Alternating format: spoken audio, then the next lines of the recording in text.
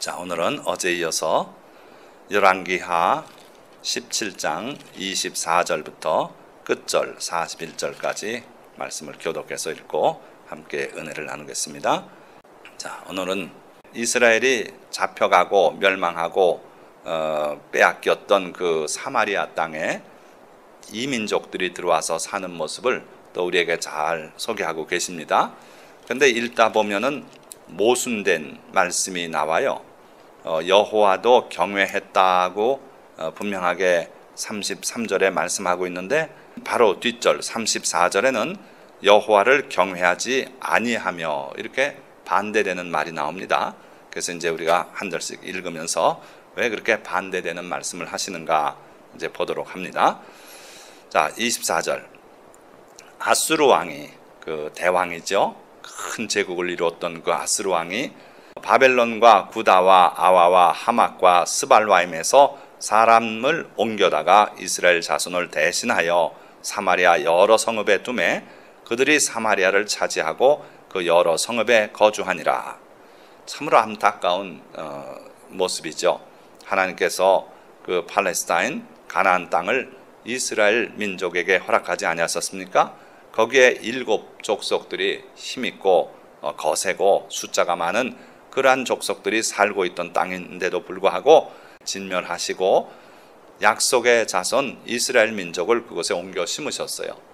그런데 세월이 흐르고 결국은 어떻게 됐습니까?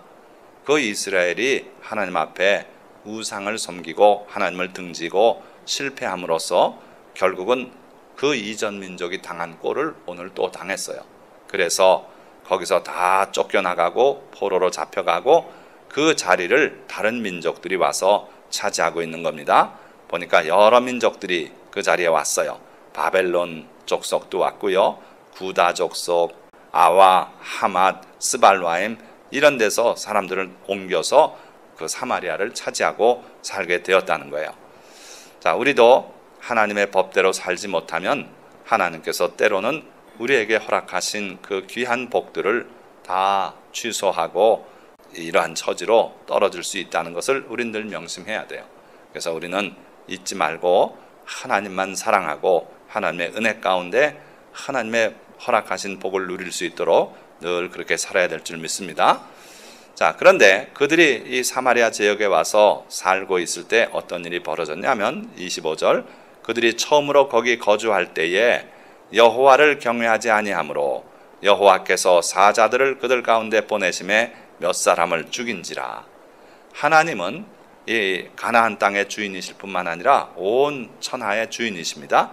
그러나 특별히 그 가나안 땅은 일찍부터 그 아브라함에게 약속하셨고 이삭에게 약속하셨고 야곱에게 약속하셔서 너와 내 후손들에게 주리라고 맹세까지 하신 땅이에요. 그런데 자기 백성이 잘못해서 하나님께서 내쫓긴 하셨지만 그 땅의 주인이시고 그 땅에 대한 특별한 애정이 있으신 하나님이십니다. 그래서 오늘 세월이 흘러서 무려 한 35세기 후에 오늘날 어떻습니까? 그 땅을 도로 이스라엘 백성들이 차지하고 살고 있어요. 그러니까 그 하나님은 백성들이 타락하고 할 때 그가 경고하신 것처럼 그들을 내쫓긴 했지만 그 땅의 주인이시고 그 땅을 다시 자기 백성에게 주기를 바라시는 그런 하나님이십니다. 영원토록 그 마음이 변치 않으세요. 그런데 멀리서 온 이방 민족들이 그 땅을 차지하고 주인처럼 사는데 하나님의 이름을 부르는 것도 없고 하나님을 섬김이 없어요. 다 자기 그 우상을 섬기고 이러고 있어요. 그래서 하나님께서 분노하셔서 그들 가운데 사자를 보내셨어요. 그래가지고 몇 사람이 사자 때문에 죽임을 당했습니다.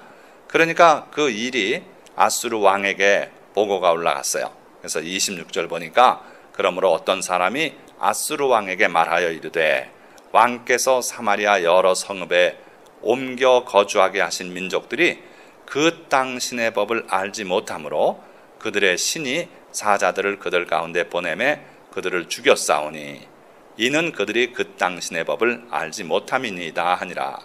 자, 이 신하가 아수르에게 보고할 때는 우리 여호와 하나님의 이름조차 모르고 그냥 그 땅에 땅마다 다스리는 신이 있다고 믿었기 때문에 그 땅 신이 있는데 그 땅 신의 법을 몰라서 그 땅 신을 섬기지 못하니까 이런 일이 벌어졌습니다. 이렇게 자기 의견을 가지고 그렇게 보고했어요.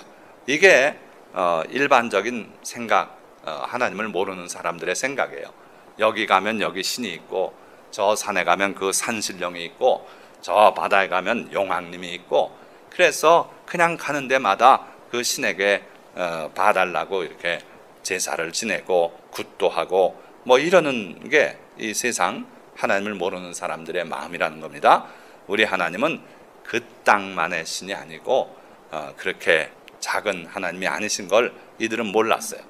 그래서 어떻든 자기들의 생각으로 그렇게 왕에게 보고를 올리니까 27절 아수르 왕이 명령하여 이르되 너희는 그곳에서 사로잡아온 제사장 한 사람을 그곳으로 데려가되 그가 그곳에 거주하며 그 땅 신의 법을 무리에게 가르치게 하라.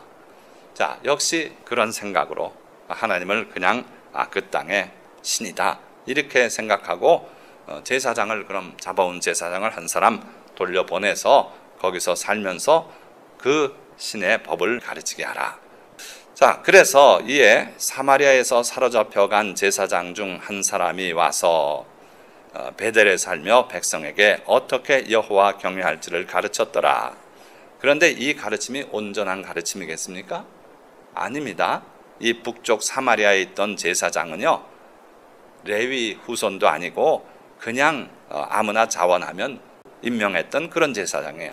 그러니까 그가 가서 가르쳤다고 한들 모세를 통해서 주신 그 하나님의 법이 아니라 자기들이 관습적으로 지켰던 그 내용을 전했을지 몰라요. 자, 어쨌든 그렇게 해서 제사장이 가서 가르쳤다 그랬습니다. 29절. 그러나 이 가르침이 올바른 가르침이 아니었다는 걸 이제 여기서 볼 수 있는데 가르쳤는데도 불구하고 각 민족이 각기 자기의 신상들을 만들어 사마리아 사람이 지은 여러 산당들에 두되 각 민족이 자기들이 거주한 성읍에서 그렇게 하여 바벨론 사람들은 숫꽃 느봇을 만들었고 굿 사람들은 네르갑을 만들었고 하맛 사람은 아시마를 만들었고 아와 사람은 나파스와 다르닥을 만들었고 스발와임 사람들은 그 자녀를 불살라 그들의 신 아드람멜렉과 아남멜렉에게 드렸으며 그들이 또 여호와를 경외하여. 자, 이렇게 돼 있어요. 그러니까 짬뽕인 종교예요. 자기들이 섬기던 신 그대로 섬겨요. 지금 동남아시아에서 많은 또는 외국에서 많은 그 결혼 때문에 온 여성들이 있지 않습니까? 그들이 보면은 여기 와서 교회 출석하고 하나님을 섬기는 사람 별로 없는 것 같아요. 일부 있지만 대개는 자기 섬기던 신을 가져와서 남편도 따라서 그 신을 섬기는 이런 안타까운 모습들을 보입니다. 그러니까 이 민족들이 사마리아에 들어와서 심지어 여호와 하나님을 섬긴다고 하는 제사장의 그 교훈까지 받았지만 결국 그들의 모습은 뭐냐 하면 자기들의 신을 그대로 섬기면서 플러스 이 땅의 신, 잘못하면 우리가 벌을 받으니까 저주를 받고 사자가 와서 물어 죽이니까 그 땅 신에게도 조금 예배를 드리고 이렇게 겸하는 정도가 돼버렸어요. 그래서 오늘 보니까 32절에 그들이 또 여호와를 경외하여 이렇게 말하고 있지만 그 경외는 참된 경외가 아니라는 거예요. 자, 그러니까 우리도 이 땅에 살면서 교회 출석하고 성도라고 자처하고 뭐 하면서도 올바로 하나님을 섬기지 못하고 있으면 이들의 모습과 크게 다르지 않다는 겁니다. 세상 만몬을 섬겨요. 예수님께서 친히 말씀하신 겁니다. 재물, 그걸 만몬이라고 표현했어요. 만몬이라고 하는 신, 재물의 신을 섬긴다. 그러면서 하나님을 또 섬기는데 사람이 두 주인을 섬길 수 없다는 거예요. 그런데 이 사람들은 두 주인을 섬기는 그런 아주 묘한 사람들이었던 겁니다. 그래서 우리는 결단을 내리고 우리가 재물과 하나님을 겸해 섬길 수 없다 하는 걸 우리가 명심하고 또는 조상신에게 제사할 땐 가서 같이 절하고 그리고 또 주일날은 교회 나오고 이건 안 된다는 거예요. 결단을 내리고 하나님만 섬기라는 거죠. 32절 그들이 또 여호와를 경외하여 자기 중에서 사람을 산당의 제사장으로 택하여 그 산당들에서 자기를 위하여 제사를 드리게 하니라. 자, 그 북쪽 이스라엘이 했던 일 중에 큰 과오로 계속 지적되는 것이, 첫째는 황금 송아지 우상을 세운 것이고, 둘째는 제사장을 평민 중에서 아무나 자원하는 사람을 제사장으로 세웠던 건데, 지금 이 사람들은 한술 더 떠가지고 자기 중에서, 이방 민족이에요, 그 중에서 산당의 제사장으로 택하여 그 자기를 위하여 제사를 드리게 하니라. 그러니까 이방 민족이 제사장이 돼버렸어요. 그렇게 하고 여호와의 이름도 부르고, 그리고 또 자기 신들의 이름도 부르고, 참으로 어처구니 없는 일들을 그들이 했던 겁니다. 자, 그래서 이와 같이 33절, 그들이 여호와도 경외하고 또한 어디서부터 옮겨왔든지 그 민족의 풍속대로 자기의 신들도 섬겼더라. 두 가지를 섬겼어요. 자, 이 모습이 오늘날 미안하지만 캐토릭이 저 이방 세계에 가서 할 때 이 정책을 펼쳐요. 그래서 그 지역에 섬기던 우상이나 그 이방신을 그대로 인정하고 섬기게 하면서 예수도 믿어라 해가지고 마리아도 섬기고, 이렇게 해서 짬뽕이 된 종교를 해요.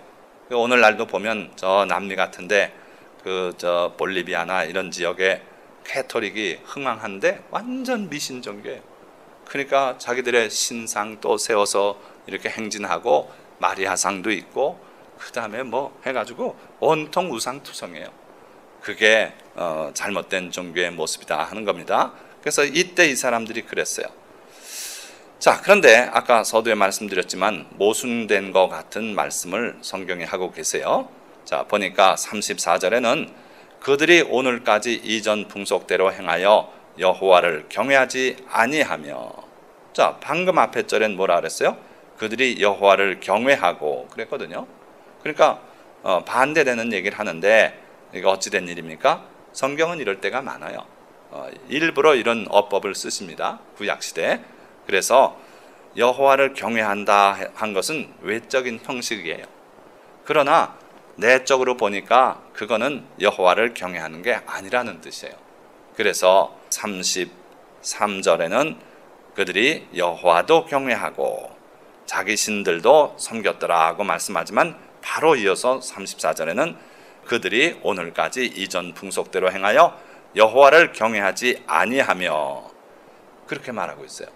그러면서 하나님 경외는 형식적인 그 예배 절차에서 제사 드리는 것이 예배가 아니라는 거예요. 하나님을 경외하는 게 아니라는 거예요. 바로 뭐라 하셨습니까?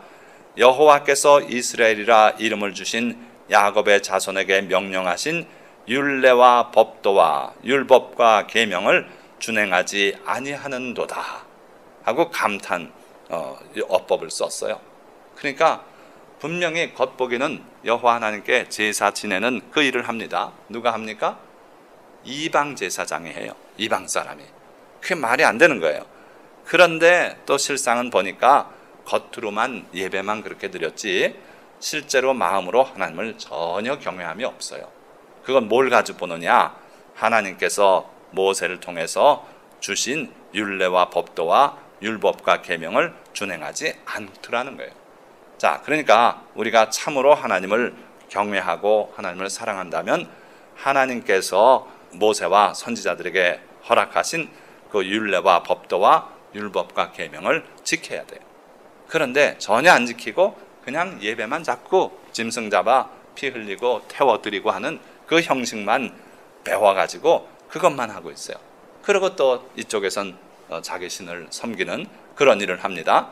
그러니까 이게 최악의 종교의 모습이에요. 그러니까 자기를 위해서 그죠? 재앙이 내리지 않게 하려고 여기도 제사, 여기도 제사 이러면서 행함은 없는 거예요. 하나님께서 주신 계명을 준행하는 모습이 없어요. 그래서 우리는 하나님을 섬기려면 하나님의 그 허락하신 계명들 이거를 준행하려고 최소한 노력하고 하나님을 예배하고 해야 그게 참으로 하나님을 경외하는 모습이다 이거예요. 자, 35절 옛적에 여호와께서 야곱의 자손들에게 언약을 세우시고 그들에게 명령하여 이르시되 너희는 다른 신을 경외하지 말며. 자, 이게 하나님을 섬기는 바른 방법들입니다. 지금 남은 절들이 그거예요. 그래서 다른 신을 섬기지 말아야 돼요.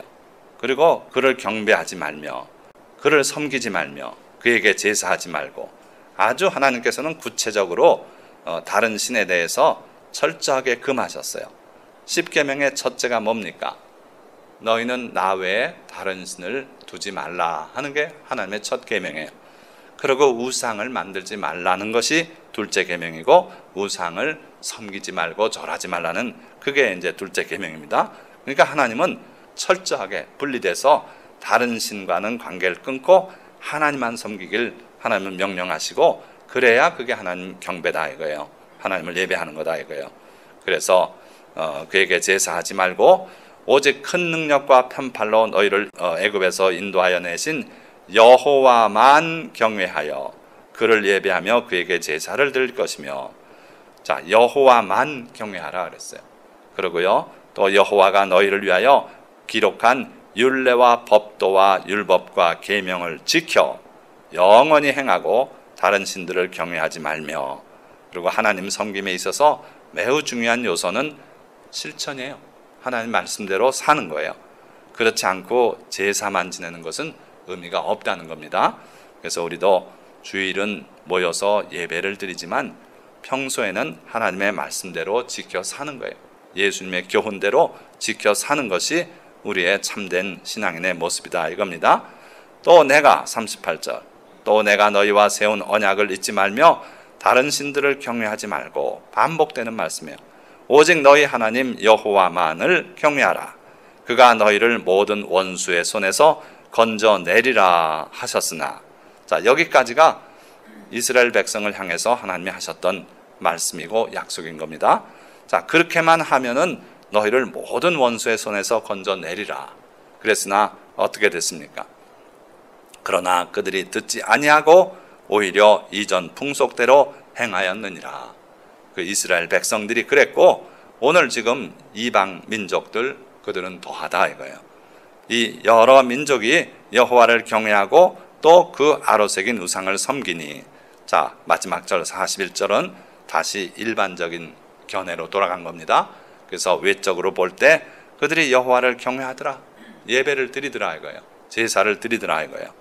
그러나 또 그 아로새긴 우상을 섬기니, 역시 그러면서도 하나님의 법을 잊어버리고 마리아를 상을 만들어서 그 앞에 절하고 기도하고 막 이런 거예요.